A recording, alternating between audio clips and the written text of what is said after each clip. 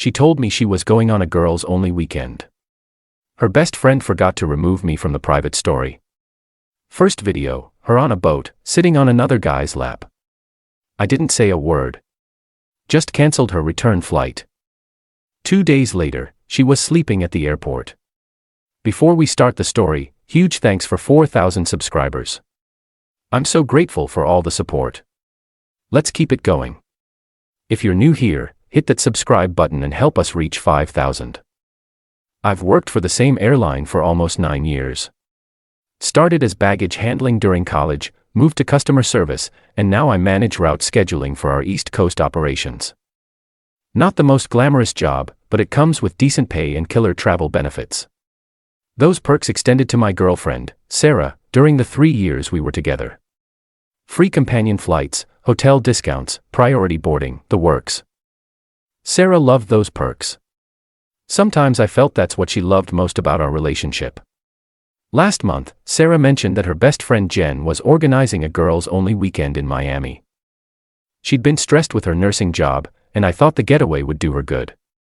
I even used my employee discount to book her flight, adding seat upgrades and arranging for a complimentary bottle of champagne to be waiting when she boarded. What can I say? I wanted to surprise her. The Thursday before her trip, I helped her pack. She was giddy with excitement, talking about beach days and spa appointments. When I dropped her at the airport Friday morning, she kissed me goodbye and promised to not have too much fun without me. It's just us girls anyway, she reminded me with a laugh.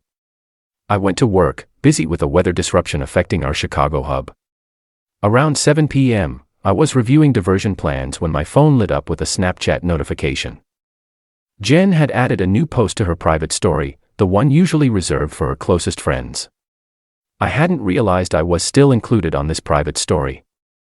Jen and I got along well, but we weren't particularly close. I clicked on it without thinking much, expecting to see typical vacation photos of cocktails and beach shots. The first video stopped me cold.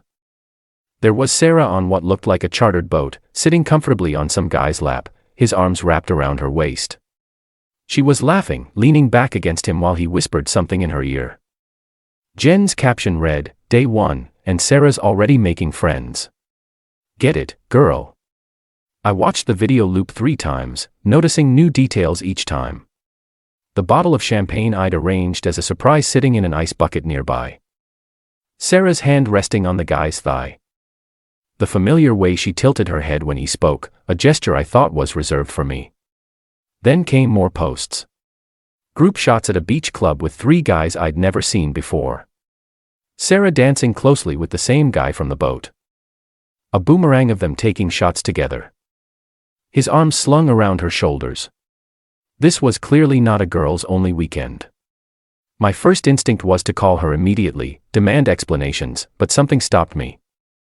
Maybe it was pride, or maybe it was the sudden clarity that came with undeniable evidence. Instead, I put my phone down and returned to my work, methodically handling the Chicago disruptions with a strange detached focus. When my shift ended at 11 p.m., I drove home in silence. No music, no phone calls, just the sound of tires on asphalt and my own thoughts crystallizing into a plan. I knew our relationship was over.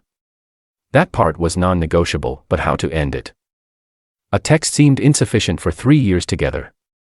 A dramatic confrontation wasn't my style, and ghosting felt immature. No. This needed to be handled differently. When I got home, I opened my laptop and accessed the airline's employee portal. Sarah's return flight was scheduled for Sunday evening. I looked at the passenger information, noting that she'd used my companion benefit with my employee authorization. Company policy was clear. These benefits required ongoing employment and relationship status verification. I didn't actually cancel her ticket.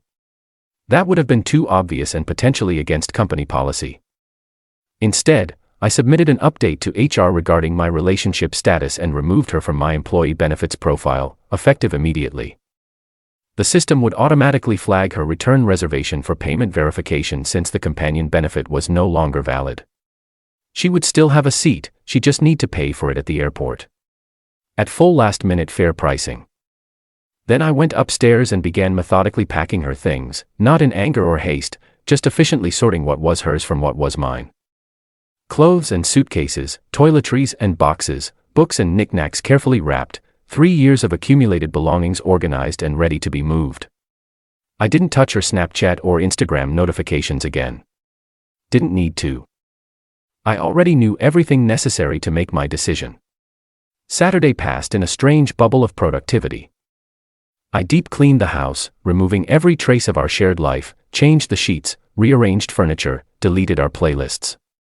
All while Sarah's story continued updating with more Miami adventures, completely unaware of what awaited her. She texted me a few times, casual updates that maintained the fiction of a girl's trip.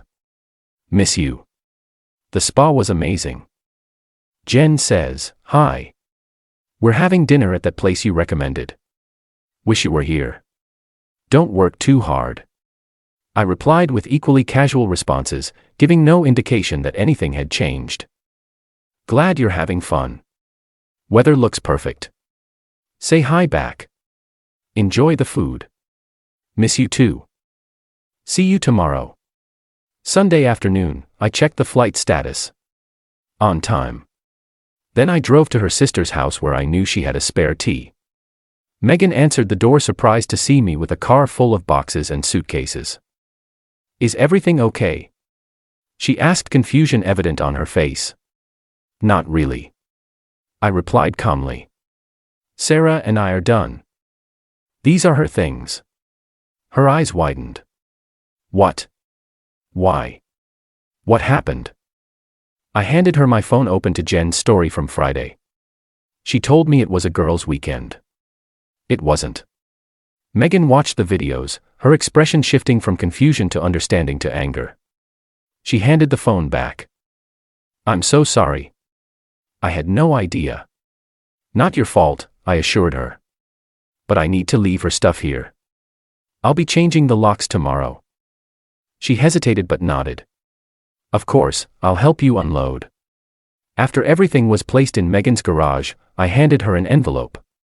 Could you give this to Sarah when you see her? It's my only copy of the house key and an explanation letter. I will, she promised. Then unexpectedly, she hugged me. For what it's worth, you deserved better. Sunday evening came, and with it, the scheduled landing of Sarah's flight. I imagined her at the airport in Miami, trying to check in, being told her companion benefit was no longer valid. The confusion turning to panic as she realized the full fare was nearly $600. The scramble to find that much available credit on her maxed-out cards. I didn't need to imagine what happened next because Megan texted me updates. Sarah just called me freaking out, said there's some issue with her ticket, and she missed her flight. Then an hour later, she asked me to Venmo her money for a new flight. I told her I knew everything. She hung up on me. Around midnight, Jen posted a final Miami update. A picture of Sarah curled up asleep in an airport chair, using her beach tote as a pillow. Caption, stranded in MIA because of ticket issues. Guess the party's officially over. I went to bed in my newly rearranged bedroom, surprised by how peaceful I felt. Monday morning, my phone exploded with notifications. Sarah had finally pieced everything together and was livid. Her texts came in rapid succession. You knew. And you let me sit at this airport all night. Answer your phone, you coward. I had to sleep on the floor because of you. How could you do this to me? After 3 years. I didn't respond to any of them. Around noon, she tried a different approach. Please, I can explain everything. It's not what it looked like. That guy meant nothing. It was just harmless fun. I love you. Only you. Please talk to me. Still, I maintained my silence. By evening, she had managed to book a budget flight home and went straight to our house. Now just my house, only to find her key didn't work. According to the security camera notification, she rang the doorbell repeatedly, then sat on the porch for almost an hour before finally calling her sister. Megan picked her up and presumably delivered both her belongings and my letter. I know this because at 9:42 p.m., I received one final text from Sarah. I never meant to hurt you. I know that doesn't matter now. Goodbye. It's been 3 weeks. I've heard through mutual friends that Sarah moved in with Megan temporarily before finding her own place. She's telling people I overreacted to her making a new friend in Miami. Jen apparently feels terrible about the role she played and has been trying to contact me to apologize. I haven't responded. At work, I received a commendation for my handling of the Chicago disruption. Apparently, my laser focus that night after discovering Sarah's betrayal resulted in some of the most efficient recovery planning my supervisor had seen. The house feels different now, emptier, but also lighter somehow. I'm sleeping better than I have in months, which makes me wonder how long I've been carrying the weight of suspicion without acknowledging it. Yesterday, I used my employee travel benefits for the first time since everything happened, booked myself a solo trip to Seattle for next month. One seat, no companion fare, no champagne surprise, just me deciding where I want to go next. Sometimes the most effective revenge isn't about making grand gestures or public scenes. It's about stepping aside and allowing natural consequences to unfold. It's about reclaiming your own peace while someone else frantically searches for their next available flight. And sometimes the best response isn't what you say, it's what you don't say. The silent recognition that some relationships, like some flights, are simply not worth waiting around for.